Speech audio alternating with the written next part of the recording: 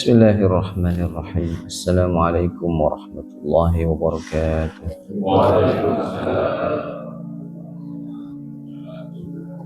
Bismillah, alhamdulillah. Alhamdulillahilladzi arsala rasulahu bil huda wa dinil haqq liyudhhirahu 'ala ad-dini kullihi wa kafa billahi shahida. Rabbi shrah li sadri wa yassir li amri wa hlul 'uqdatam min lisani yafqahu qawli. Rabbana anfa'na bima 'allamtana wa 'allimna bima yanfa'una wa zidna 'ilma. Subhanaka la 'ilma lana illa ma 'allamtana innaka antal 'alimul hakim. Jamaah yang dimuliakan Allah Subhanahu wa taala, insyaallah kita akan masuk ke pembahasan hadis yang ke-9, ke-10 insyaallah. Kita akan masuk ke at-tayyibul al-halalu syartul qabul. Makanan yang halal adalah syarat diterimanya ibadah kita. Menjadi judul hadis yang dikarang oleh Al-Imam An-Nawawi rahimahullah. Ini bagian daripada yang terpenting dalam kehidupan kita sehari-hari, karena tidak lepas dari yang namanya makanan.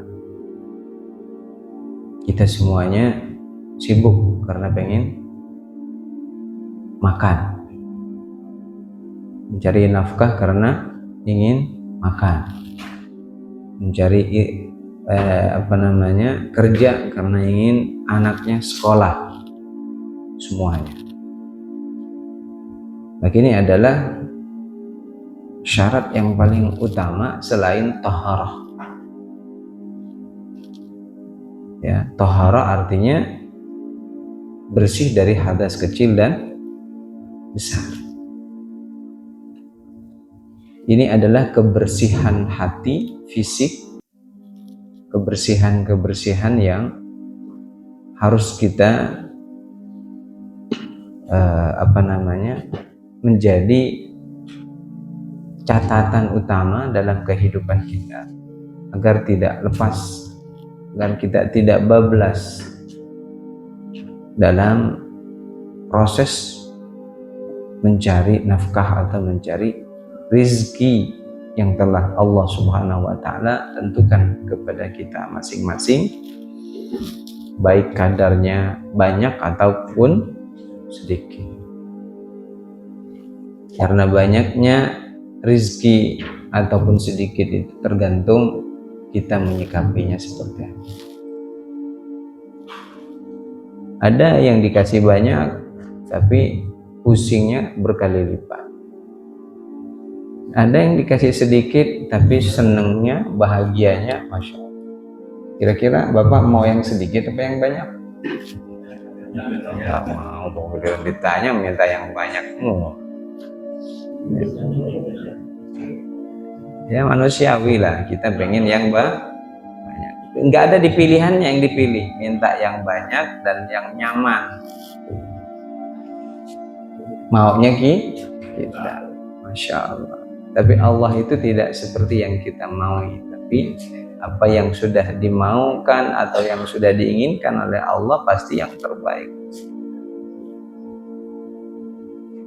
Yang kita inginkan hari ini menurut kita, ini belum tentu baik di hadapan Allah Subhanahu wa ta'ala. Enaknya orang beriman harus begitu terus.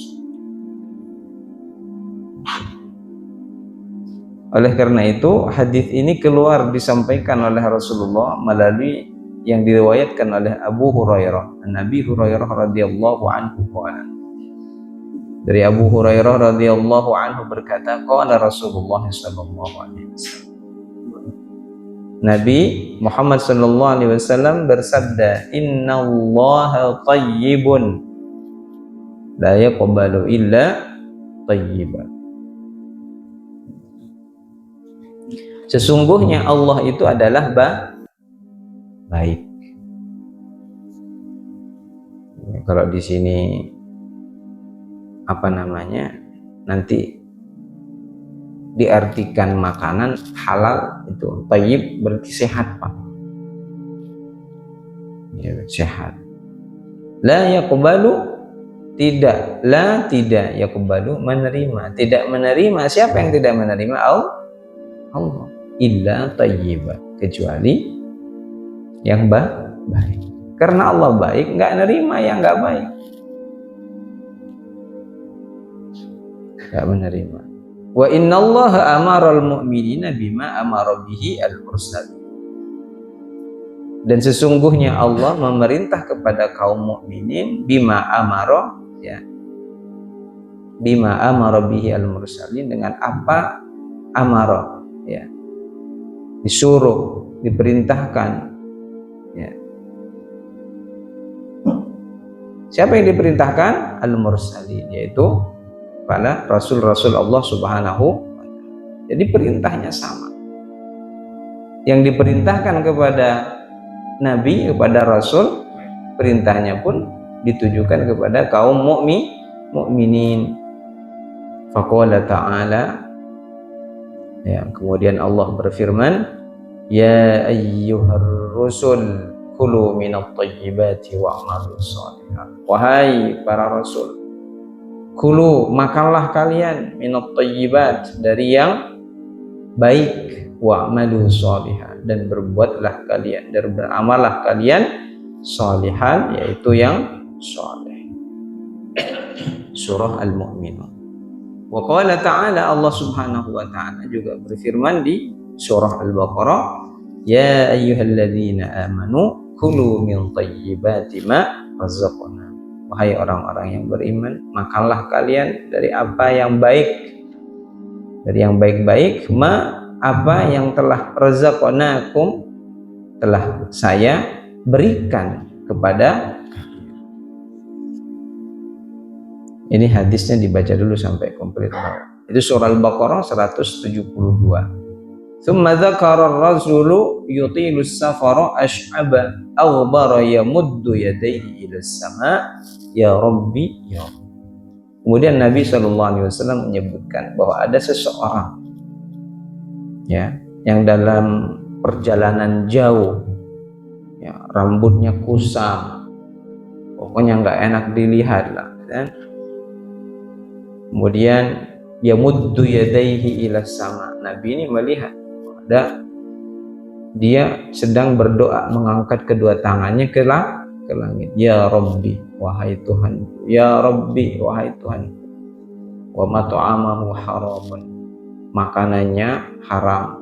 Wa mashrabuhu haramun, minumannya haram. Wa malbasahu haramun, kendaraannya, pakaiannya, rumahnya. Malbas itu bisa diartikan bukan hanya baju, tapi rumah, tanah, kendaraan haram. Wudhiya bil harami, dan dimakan dengan cara haram. Fa anna yustajabu lahu, maka bagaimana doanya diterima oleh Allah Subhanahu wa ta'ala. Masya Allah, ini yang terjadi di akhir-akhir zaman ini. Orang lagi sudah tidak mementingkan halal dan haram, yang penting dapat uang. Bukan karena ini orang Islam nggak kaya, bukan. Banyak orang Muslim kaya, cuman banyak yang egois juga, ya, nggak mau bersatu. Kalau non Muslim, banyak orang kayanya, mereka bersatu, berani ngutang, sekali ngutang nggak tanggung-tanggung. Iya, modalnya gede, jadi wah, seakan-akan Masya Allah gitu. Jadi mereka yang menguasai. Makanya kata Menteri Ekonomi, 90% perdagangan dikuasai oleh, ya, Menteri Keuangan yang baru ini 90% masalah busana Muslim, jualan baju, yang menguasai adalah orang-orang luar negeri. Begitu. Benar-benar nih, berani mereka dengan harga yang murah. Allah nggak tahu dengan cara seperti apa usaha, yang penting bisa menghasilkan uang.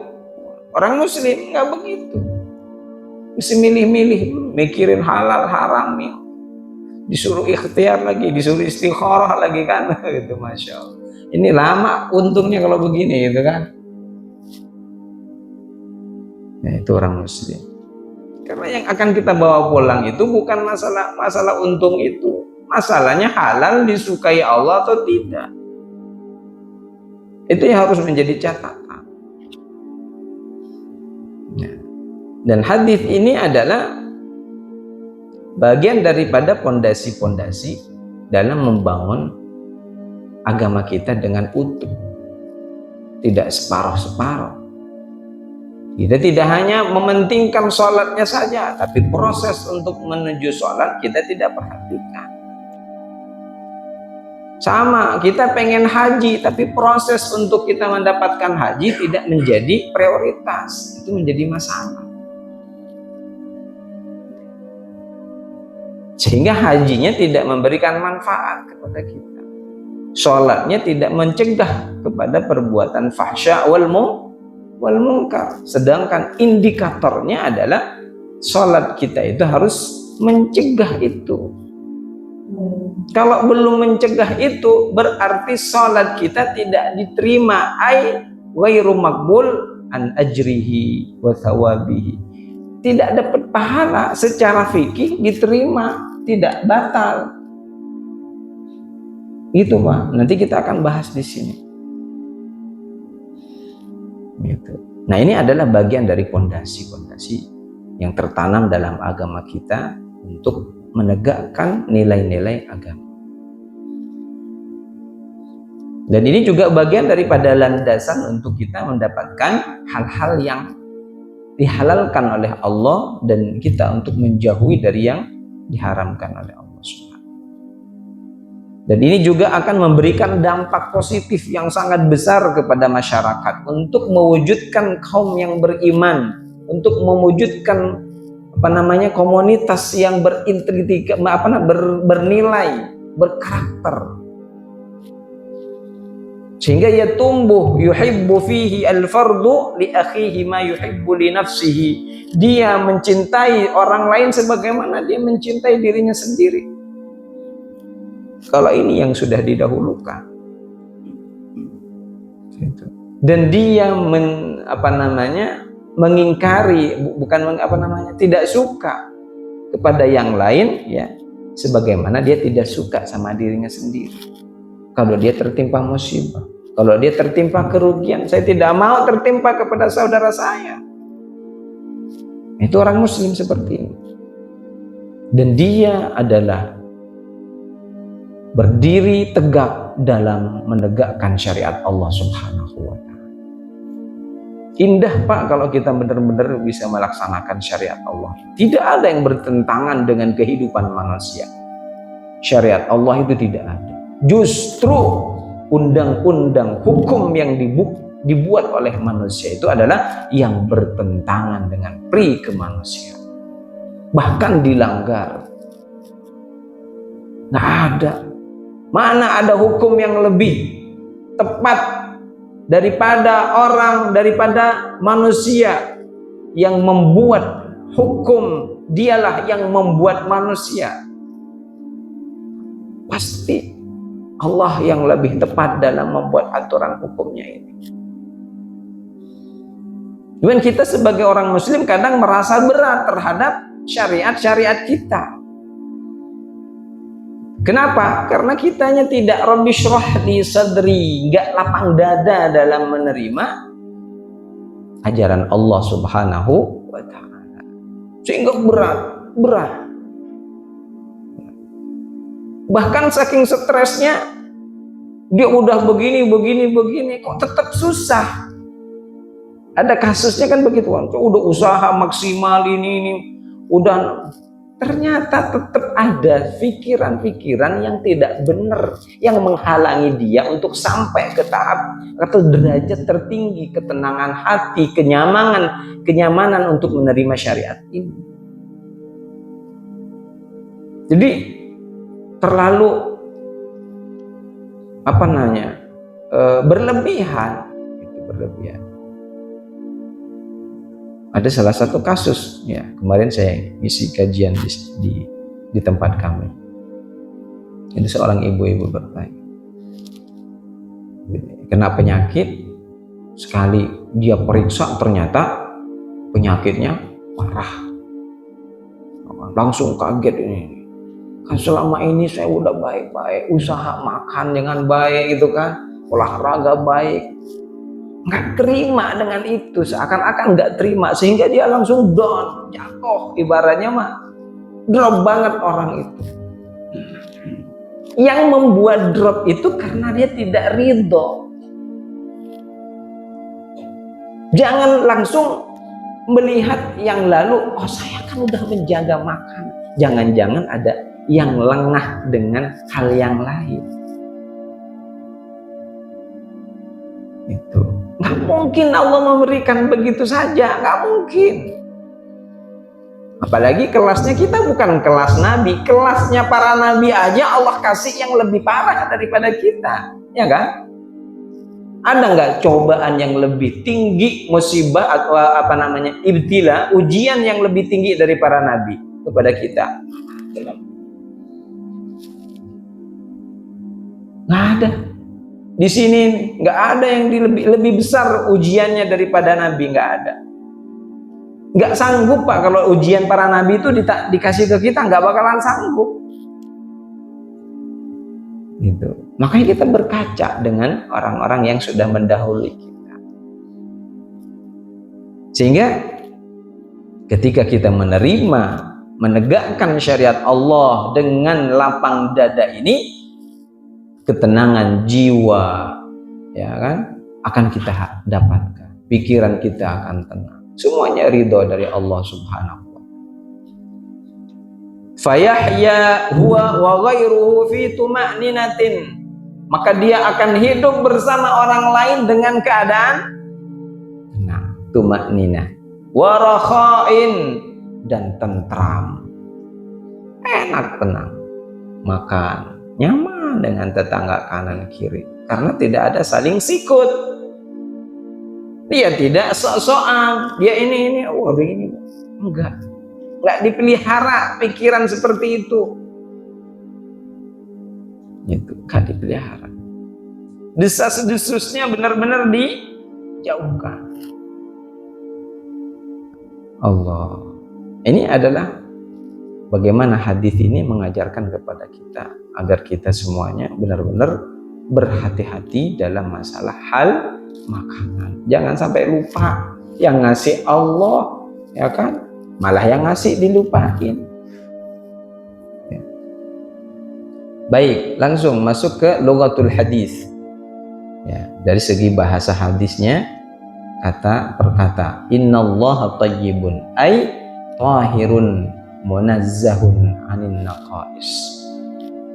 Allah itu suci, bersih dari semua kekurangan.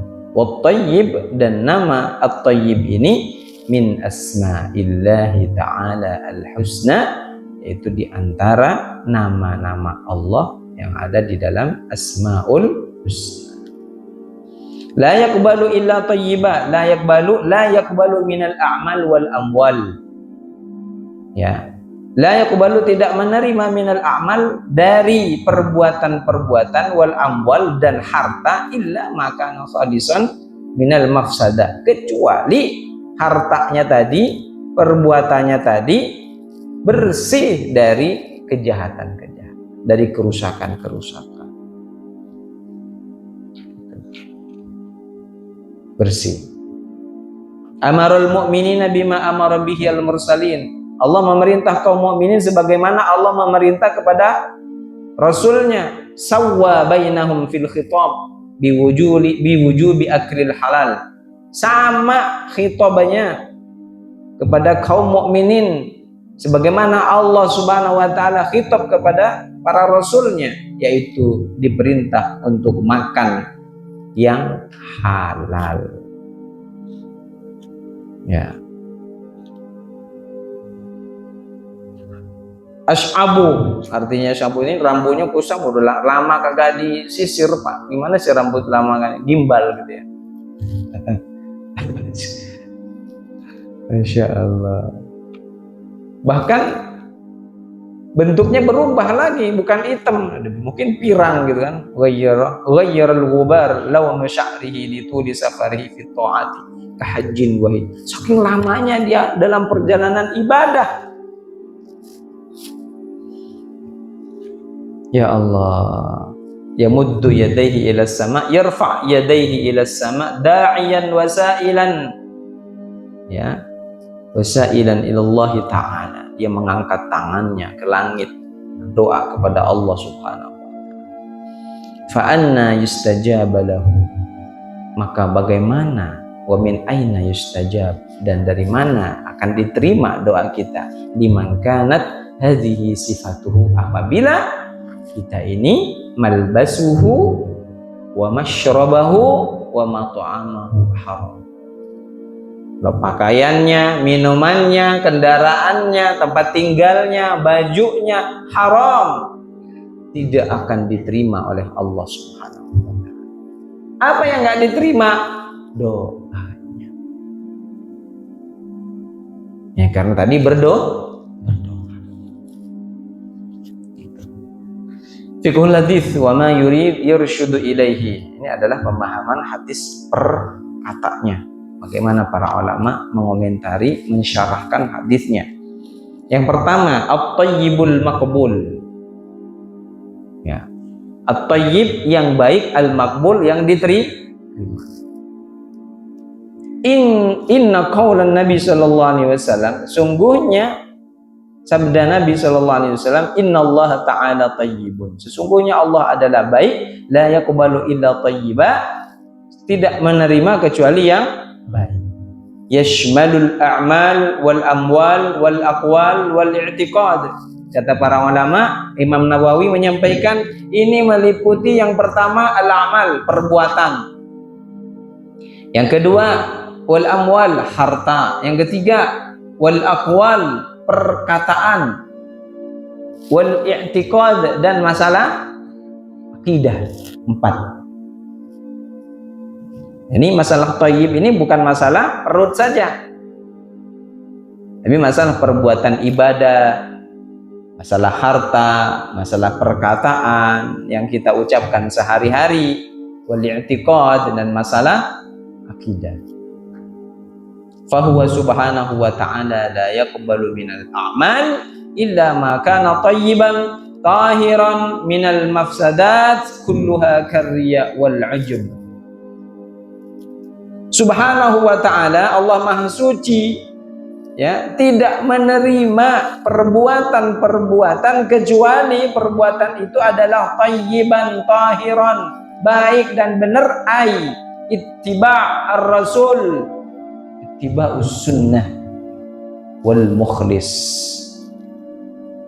mengikuti ajaran Rasulullah sallallahu alaihi wasallam, baru amalnya itu diterima oleh Allah. Nggak bisa Pak hanya sekedar sholat ke masjid, sebagaimana kita sudah menjelaskan tentang hadis yang ke-9, bagaimana wajibnya kita bertanya apabila diri kita ini salah kepada orang yang lebih alim di antara kita. Sudahkah ibadah saya benar? Jangan bertanya sama Allah. Tidak akan memberikan jawaban Allah kepada kita, tapi bertanya kepada orang yang alim yang Allah utus untuk menjawab itu. Fas'alu ahla dzikri in kuntum la ta'lamun. Bertanyalah kepada orang, ya, orang yang ahli zikr, ini ahli ilmu. In kuntum la ta'lamun, jika kalian tidak mengetahui hal tersebut. Kalau masalah sholat, tanya tentang sholat. Kalau masalah zakat, tanya tentang zakat sesuai dengan kebutuhan kita. Tanya kepada ahlinya agar kita tidak sesat. Kenapa kalau kita ingin berbuat sesuatu butuh konsultan? Mau bikin rumah butuh arsitek, butuh konsultannya agar ini memikirkan begini, dampaknya begini. Ini kalau terlalu kecil nanti pondasinya bisa reot, ya kan? Dibangun sekian lantai, apakah ukurannya cukup kalau dia sampai berapa lantai ke atas? Nah, itu kan perlu kajian. Jangan sampai ini diutamakan daripada urusan agama. Urusan agama selalu memberikan perhatian penting kepada kita, dari yang kecil sampai yang besar. Jadi perbuatan-perbuatan yang kita lakukan itu, sekiranya kita ini ada pertanyaan-pertanyaan, ada kegelisahan, ditanyakan. Kira-kira udah benar apa belum apa yang kita lakukan? Jadi harus syaratnya tadi, perbuatannya harus thayyiban tahiran, bersih minal mafsadat, dari kerusakan-kerusakan. Kata Imam Nawawi, al mafsadat itu seperti apa? Kulluha karriya wal ujub. Jadi riya dan ujub itu adalah bagian daripada yang merusak amal. Amal kita nggak sampai kepada Allah, kita berbuat tapi kita tidak dapat apa-apa, bahkan dibenci oleh Allah Subhanahu wa Ta'ala. Itu kalau kata Imam Fudail, ya, tasfiyatul amal minan nas. Apa itu namanya? Amal itu butuh pembersihan dari pujian-pujian manusia. Harus dipuji, nggak dipuji, ini harus tertuju kepada Allah Subhanahu wa Ta'ala. Nah, ini yang merusak apa tadi? Merusak perbuatan kita adalah ar-riya wal ujub. Ini berkaitan dengan perbuatan-perbuatan kita, apapun perbuatannya. Tidak hanya sholat, yang lain. Mau bantu, ada gotong royong, ya kan? Warga sama, kalau tujuannya bukan ta'awanu 'alal birri wat taqwa, karena pengen, oh iya mah kalau dia masya Allah ini pengen pujian, nggak dapat apa-apa, hanya dapat pujian manusia, dari Allah tidak dapat apa. Nah, itu makanya harus hati-hati agar semua amal ibadah kita ini bisa kita mendapatkan hasilnya kelak di kemudian hari, sehingga kita ini bekalnya cukup. Jangan protes ketika nanti ketemu Allah, protes amal saya sering berinfak, saya sering bersedekah, saya sering begini. Kata Allah, kadzabta, bohong kamu. Jadi Allah nanti mengecapnya sebagai kadzab, pendusta. Ya, kamu mau berbuat tapi kamu mau melakukan itu karena begini, bukan karena saya. Udah. Maka Allah lah mengatakan al-jamahu 'alan nar, maka Allah melemparkan dia ke neraka pertama, meskipun dia ahli sedekah di dunia, tapi tujuannya tidak karena Allah Subhanahu wa Ta'ala.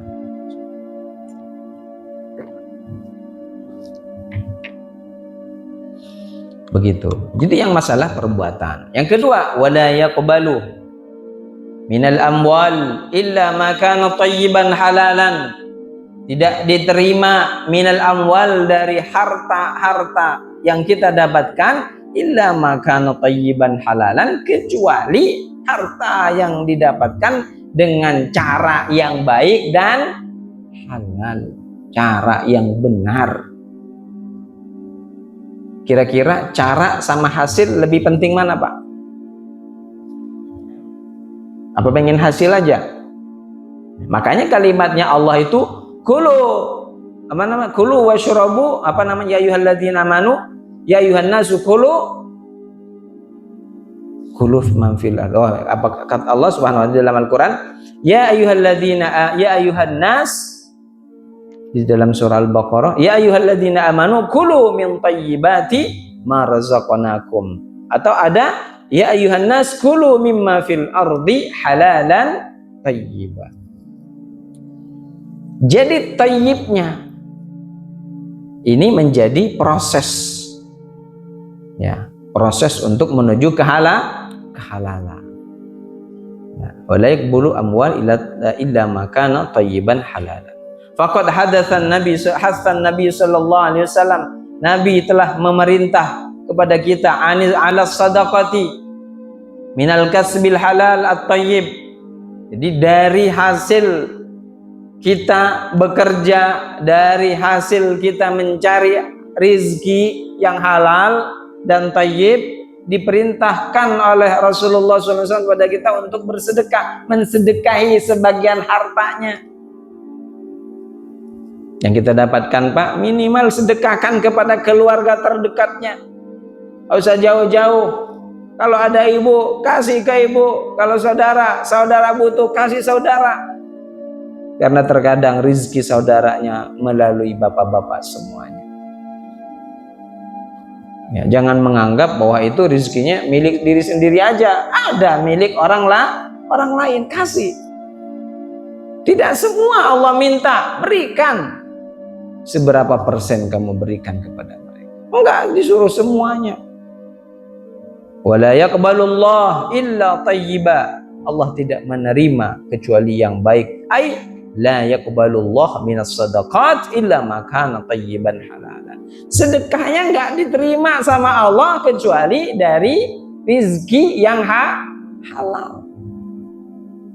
Ustaz, gimana Ustaz kalau duitnya yang disedekahin hasil main judi, Ustaz? Disedekahkan ke masjid, bangun masjid, Ustaz. Ya masjid, kalau yang nggak tahu, yang menerima aman-aman aja, kan nggak tahu.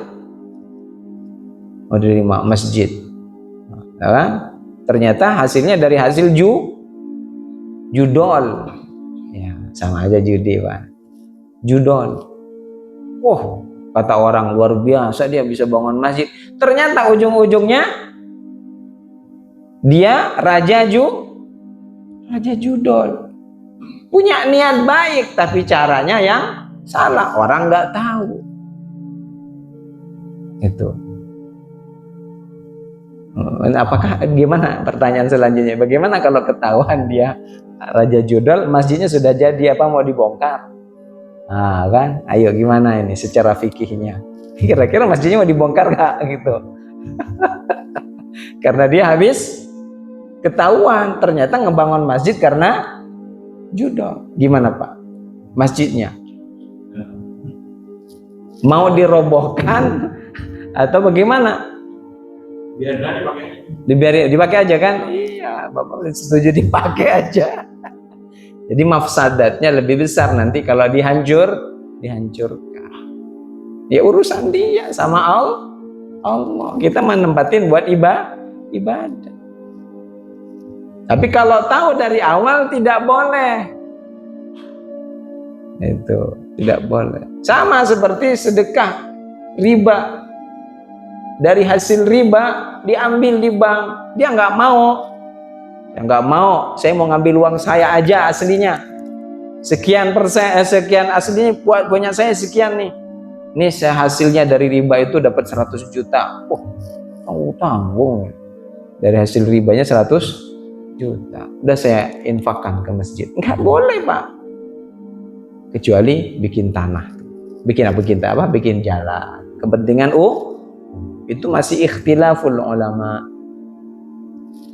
Kalau kepentingan kayak WC umum, boleh itu. Nggak diambil banknya yang untung, ya kan? 100 juta. Kenyang. Ya Allah, nggak ada yang mau rugi Pak semua. Mau bank swasta, mau bank syariah sama. Nggak mau rugi, nggak ada kok yang mau rugi. Tetap lewat, tetap kena sanksi. Meskipun akadnya tetap dia akan ada penalti. Ujung-ujungnya seperti itu. Itulah yang jatuh haram. Gitu. Wah, udah kemana-mana nanti kalau udah bicara seperti ini. Jadi yang kita infakkan, yang kita berikan kepada orang lain dari hasil yang terbaik yang halal. Gitu. Sedikit kalau udah halal itu berharga, sangat bernilai di hadapan Allah Subhanahu wa taala. Dari hasil keringat kita sendiri ini, Masya Allah. Allah, ini masalah harta ini Pak, banyak problemnya soal. Ya, masalah harta ini, gara-gara ini manusia benar-benar lupa sama tujuannya, karena pengen dapat kekayaan. Ya. Jadi jangan terlalu jangan terlalu obses. Makanya Nabi Muhammad ini la taj'alid dunya akbar hammina. Ya Allah, jangan jadikan dunia ini tujuan kami yang tertinggi. Itu doanya kepada Allah Subhanahu wa taala, agar kita tidak terhantui dengan pikiran kita dengan dunia terus, jangan dikejar. Kenapa orang muslim dibatasi seperti itu? Karena kita punya keyakinan masih ada rumah. Mana rumahnya kita Pak nanti? Rumah yang akan kekal. Pintu pertama adalah kuburan. Terus itu baru pintunya di kuburan. Ya, belum masuk ke kampung akhirat. Ya Allah, ditinggalin semua Pak, ditinggalin. Nggak ada yang kita bawa, nggak ada. Allah nggak bilang sama kita, hei yang kaya bawa mobilnya kalau kamu mati. Nggak ada. Yang ada inna lillahi wa inna ilaihi raji'un. Semuanya tinggalkan yang ada. Kamu cuman bawa jasad, bawa kain kafan. Nggak ada. Ada di pesona Pak Haji? Ada? Nggak ada. Paling konglomeratnya pesona nggak mungkin. Kalau meninggal juga mobilnya dibawa kubur, nggak mungkin. Nggak ada. Istrinya juga pulang lagi. Istrinya juga nggak mau, istrinya mau barengan. Meskipun dia cintanya cinta mati sama suaminya, nggak mau dia ikutan di situ. Itu artinya apa Bapak-bapak? Ini ada waktunya kita semua. Ada waktunya kita menikmati dunia, ada waktunya kita menikmati alam kubur, ada waktunya kita menikmati alam akhirat. Ya, kenapa dikatakan akhir? Karena disitulah tidak ada akhir lagi. Akhirat, akhir, bahasa Arabnya akhir, akhirah, akhirat. Ya bahasa kita alam yang di situ ada kehidupan, tidak ada kehidupan lagi kecuali di akhirat nanti yang akan kekal selamanya. Itu dari sekian ratusan ribuan miliar tahun dari yang dulu, mulai dari Nabi Adam sampai sekarang menunggu untuk di mana? Di alam akhirat Pak. Jadi kematian itu lebih panjang daripada umur kita hari ini. Ya Allah, maka berhati-hatilah dengan masalah harta ini, karena ini banyak tergiur, benar-benar tertipu Pak dengan cara seperti ini, sangat banyak tertipu. Belum lagi kita manusia banyak kebutuhan, udah tunggakan di sana banyak, itu kan ya Allah. Itu udah repot banget itu udah. Ya, ini adalah bagian kalau kita tidak mempelajari agama Islam dan tidak mengerjakan ya syariat-syariat Islam dengan secara baik. Kalau kita benar-benar berpegang teguh kepada Allah, kita ngikutin aturan Allah Pak, saya berani bersumpah, wallahi Allah tidak akan menyengsarakan kita. Kalaupun ada ujian, itu ya biasa, manusia ada ujian kesulitan, biasa, sunnatullahnya begitu. Inna ma'al usri yusra, sekelas Nabi aja susah, apalagi kita bukan Nabi juga. Jadi ikuti aja apa yang diinginkan oleh Allah, bukan mengikuti apa yang kita inginkan. Harus dibalik ya, agar hasilnya maksimal, agar hasilnya membuat kita nyaman, tenang. Wala yas'udu ilaihi minal kalam illa ma kana tayyib. Jadi perkataan kita ini, omongan kita setiap hari tidak akan sampai kepada Allah kecuali yang baik. Yang nggak manfaat itu nggak sampai, bahkan mudarat buat kita. Apa kata Allah? Firman Allah, ilaihi yas'udul kalim at-tayyib wal amal as-salih yarfa'u. Jadi kalimat-kalimat, ungkapan-ungkapan, perkataan kita, kata-kata kita setiap hari yang baik, itulah yang naik sampai kepada Allah Subhanahu wa taala, dan amal soleh pun kita diangkat oleh Allah. Ketika laporan setiap hari Kamis, para malaikat itu diterima oleh Allah jika perkataannya baik, kemudian amal solehnya juga baik, diterima oleh Allah Subhanahu wa ta'ala. Masya Allah. Wa qassamallahu ta'ala al-kalam ila tayyib wal khabis. Allah membagi perkataan itu menjadi dua. Ada al-kalam at-tayyib, kata-kata yang baik atau ungkapan yang baik, atau ada ungkapan yang jelek atau yang buruk. Bagaimana Allah Subhanahu wa taala memberikan perumpamaan di dalam Al-Qur'an? Alam tara kaifa daraballahu mathala kalimatan thayyibatan kasyajaratin thayyibah. Tahukah kamu bagaimana Allah memberikan contoh perumpamaan kepada kita semuanya nih?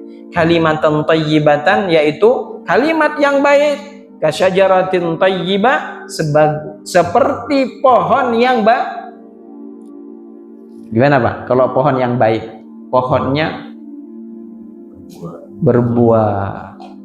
Bapak-bapak nanam ini, Masya Allah, saya mohon nanam pohon anggur, Masya Allah, apa namanya, subur, buahnya banyak, bisa berbagi kepada tetangga, bahkan se-RW dapat semua. Seneng nggak Pak?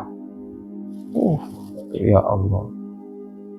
Atau yang lainnya, Allah sampai memberikan seperti ini contoh. Sama seperti ungkapan kita, kata-kata yang baik, ungkapan yang baik dari lisan kita bisa menenangkan banyak orang di sekitar kita.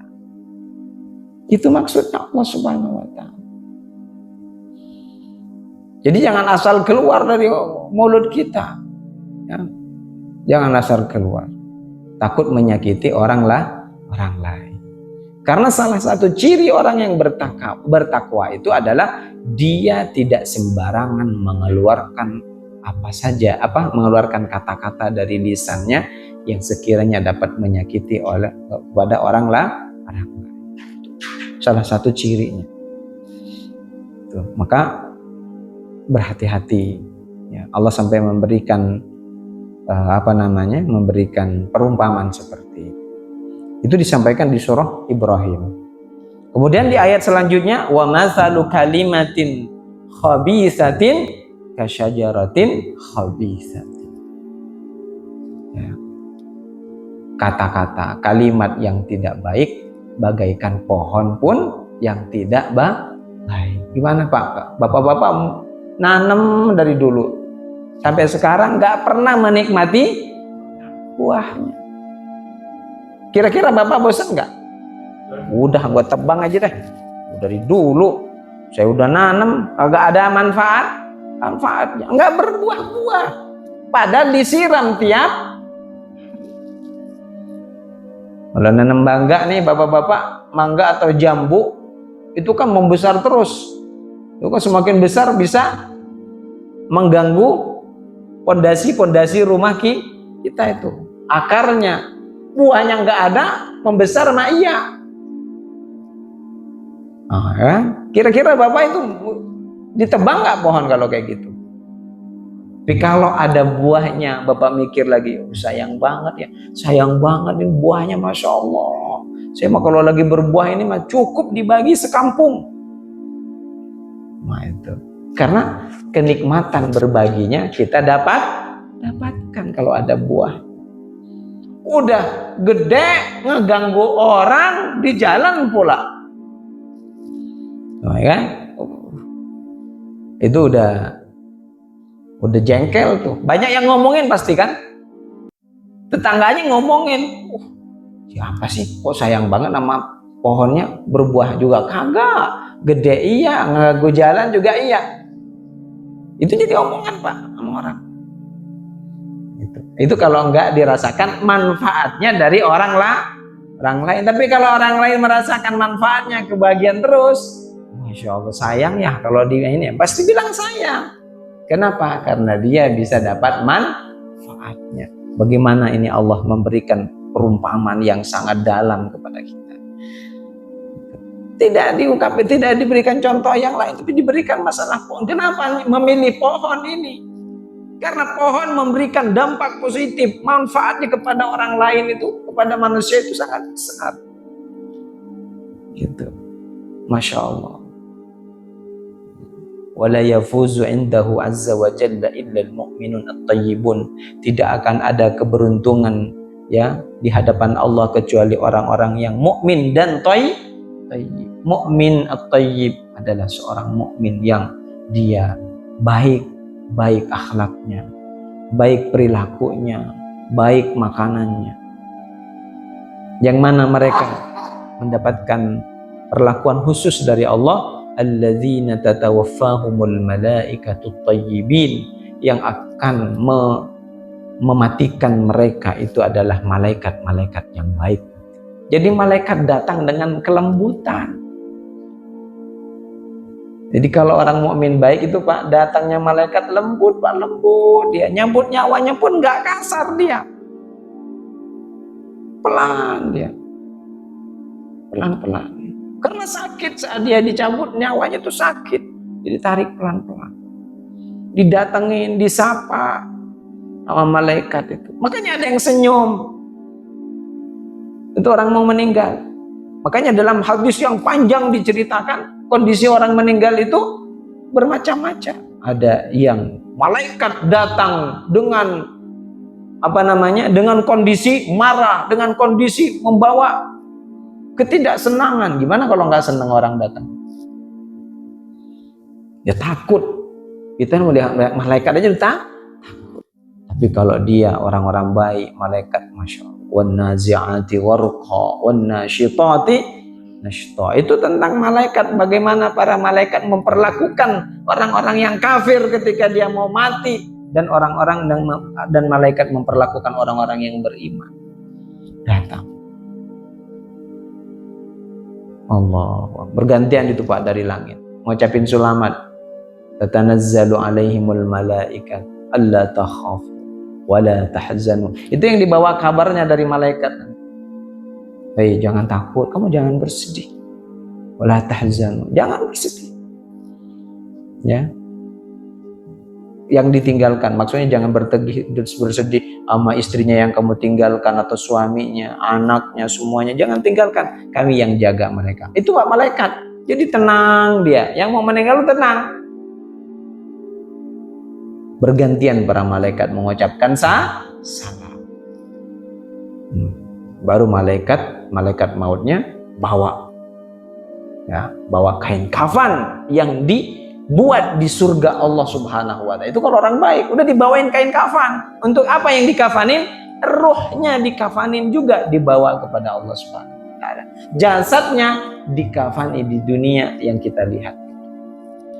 Dan kain kafannya yang dibawa oleh malaikat itu dipenuhi dengan wangi-wangian dari surga Allah Subhanahu. Tenang Pak dia. Wah, kita mau yang seperti ini Pak. Ya, kita semuanya mau yang seperti ini. Mudah-mudahan kita pun diperlakukan seperti ini oleh malaikat Allah Subhanahu wa taala. Wa yusallimul malaikati alaihim 'inda dukhulil jannah. Wa yaqulun salamun alaikum tibtum fadkhuluha khalidin. Malaikat mengucapi selamat Pak ketika dia mau masuki surga. Apa kata malaikat? Salamun alaikum, selamat atas kalian.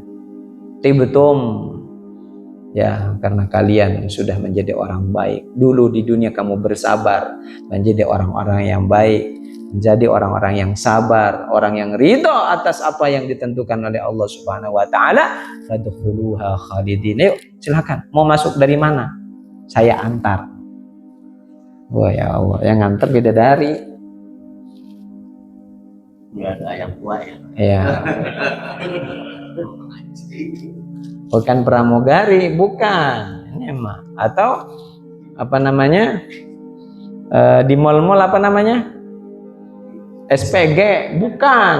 Ini mah pramugari, bukan pramugari. bidadari asli ini. Masya Allah. Ya Allah, ya Allah. Allah kirimkan itu. Disambut. Mau yang mana? Ya Allah. Kira-kira kita begini nggak ya? Kayaknya masih jauh kayaknya, masih jauh kayaknya. Ya Allah. Tapi jangan putus asa ya, jangan putus asa. Merasa salah nggak apa-apa.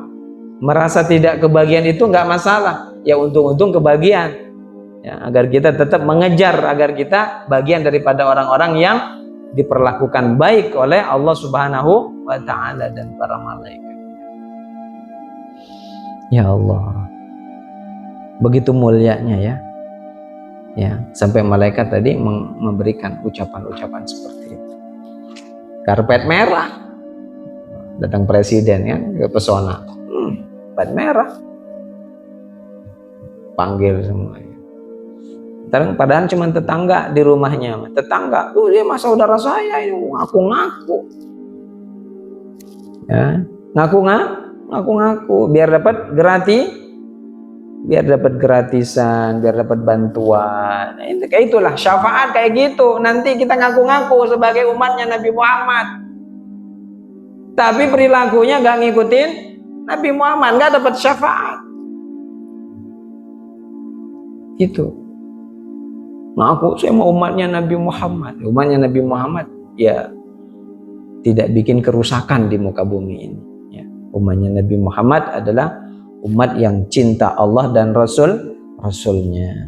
Wa qala Ibnu Rajab fi nihayati hadza al-ma'na al-'am li qoulihi sallallahu alaihi wasallam. Ibnu Rajab mengatakan pada akhir kalimat ini, wala yaqbalu illa thayyibah, tidak diterima kecuali yang baik.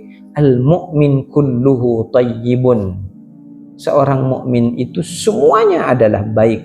Qalbuhu wa lisanuhu wa jasaduhu bima yaskanu fi qalbihi minal iman. Jadi apa tadi? Yang baik, hatinya baik, lisannya baik, jasadnya baik, semuanya baik. Itu kata Ibnu Rajab, seorang mukmin harus seperti itu. Wa dhahara ala lisanihi minadz-dzikr. Orang yang beriman itu terlihat dari lisannya selalu berzikir kepada Allah Subhanahu wa Ta'ala. Wa ala jawarihi minal a'mal as-salihah, dari perbuatan-perbuatannya setiap hari, perilakunya adalah perilaku yang salih. Allati hiya thamratul iman, yaitulah bagian daripada buah dari keimanan dia kepada Allah Subhanahu wa Ta'ala. Jadi iman ini membuahkan amal saleh, bapak-bapak. Dengan keimanan itu akan lahirlah amal-amal saleh yang kita lakukan. Dampaknya itu akan dirasakan oleh tetangga kita, diri kita, saudara kita, anak kita, istri kita, tetangga kita akan merasakan. Sebagaimana pohon tadi yang Allah contohkan. Itulah manusia mukmin bagaikan pohon yang baik, pohon yang banyak memberikan manfaat. Masya Allah. Cukup dulu, nggak usah banyak-banyak. Ya, emang banyak harus dibahas, itu banyak, panjang. Insya Allah satu pertemuan lagi ini karena nggak terlalu panjang, selesai. Insya Allah pertemuan selanjutnya, kaifa yakunul amal maqbulan thayyiban. Bagaimana nanti cara amal kita ini diterima oleh Allah Subhanahu wa Ta'ala. Itu. Wallahu a'lam bishawab. Silakan kalau ada yang mau ditanyakan, dipersilahkan. Waalaikumsalam warahmatullahi wabarakatuh. Aduh, sakit.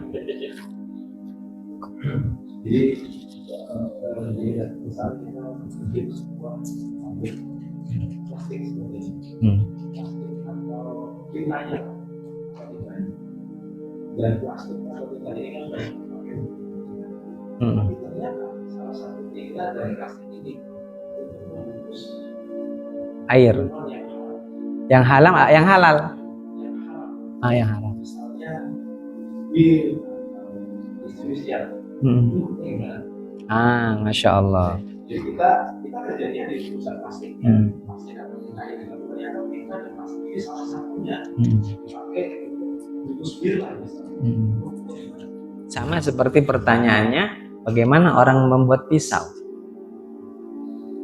Sedangkan yang jual pisau tujuannya buat apa? Buat potong. Tapi ternyata digunakan buat ngebunuh. Pertanyaan sama kan? Jadi ini kembali kepada tujuan awal di pabrik itu. Tapi kalau itu yang membuat pabrik yang bikin plastik adalah tujuannya untuk mengakomodasi itu, untuk membuat yang haram, maka tujuannya haram. Hasilnya haram. Tapi kalau tujuannya kebermanfaatan yang lain, itu kan oknum yang membeli bukan dari perusahaan Bapak, kan orang lain yang membeli kan, ya kan? Misalkan Bapak kerja di satu perusahaan ini, yang beli mah banyak orang, nggak perlu ditanya mau dijadiin apa, kan begitu kan? Urusan mereka mau dijadiin fungsi apa saja, udah urusan mereka. Yang penting kita ini adalah bermanfaat, standar secara kenegaraan halalnya pun sudah oke, ya kan? Aman.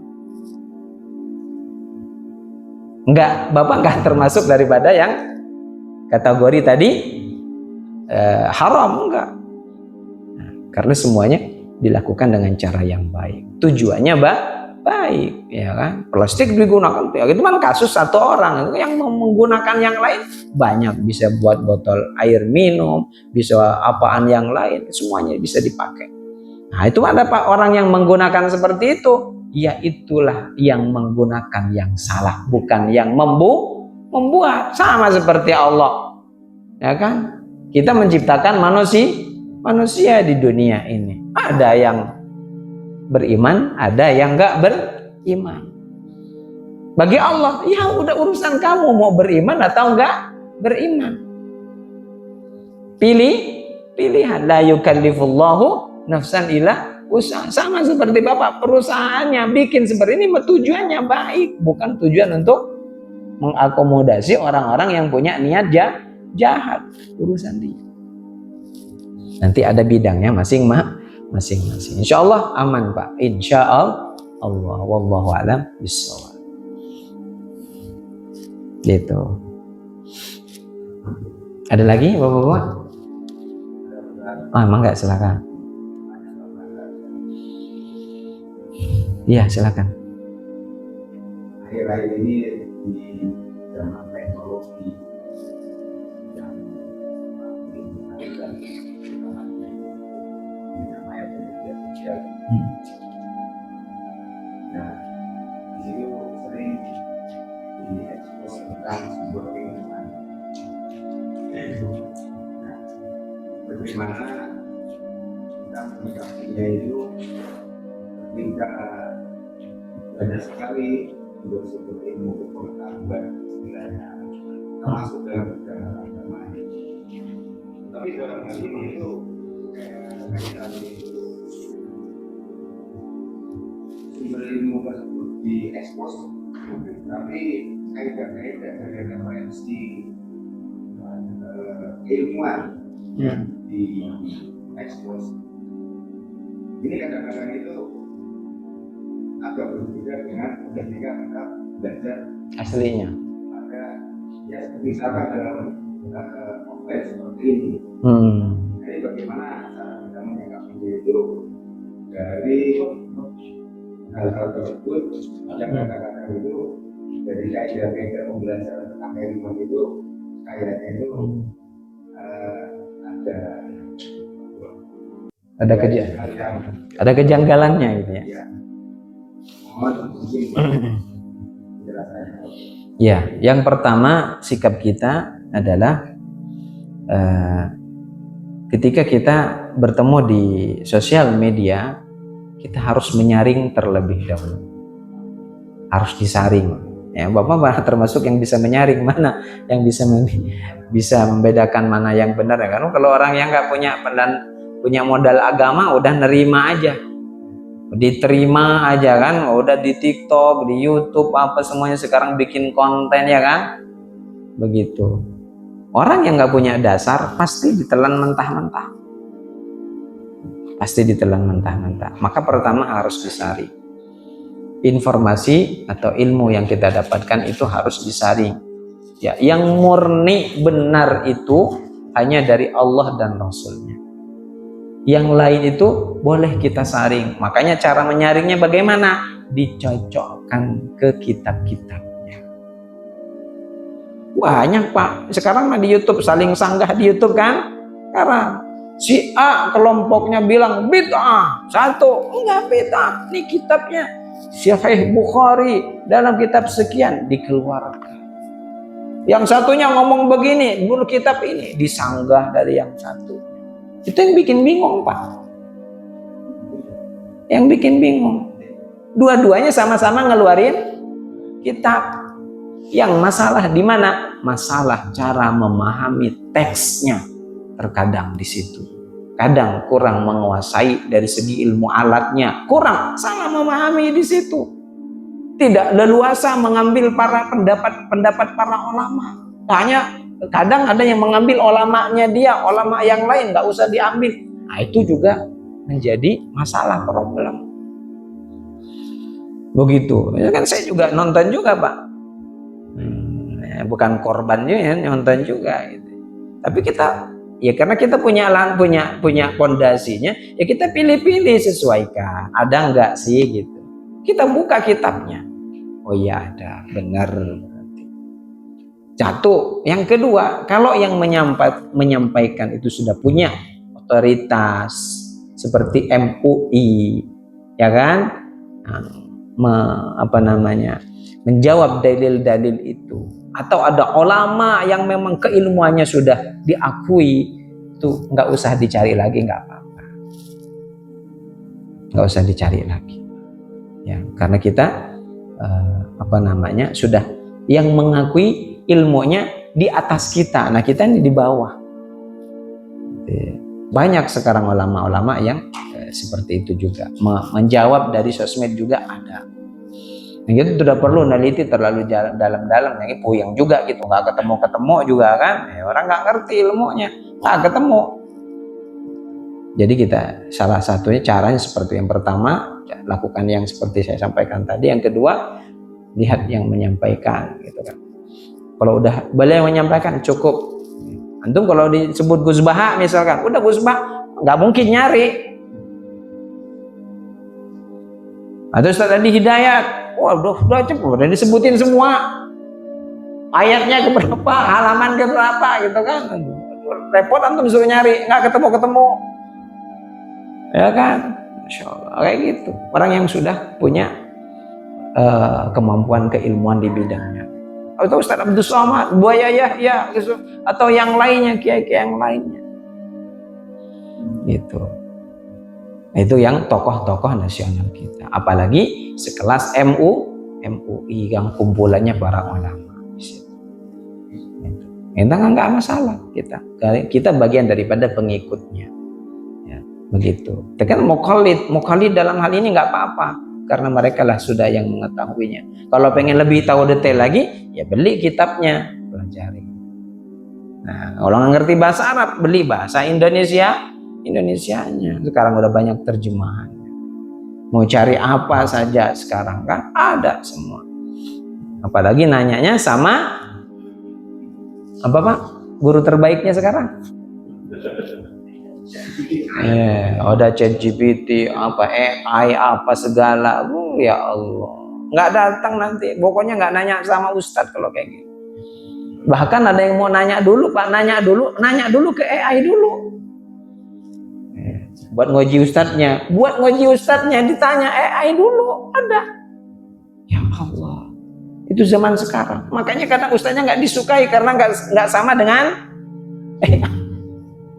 hancur kalau begini mah cara belajarnya. Begitu.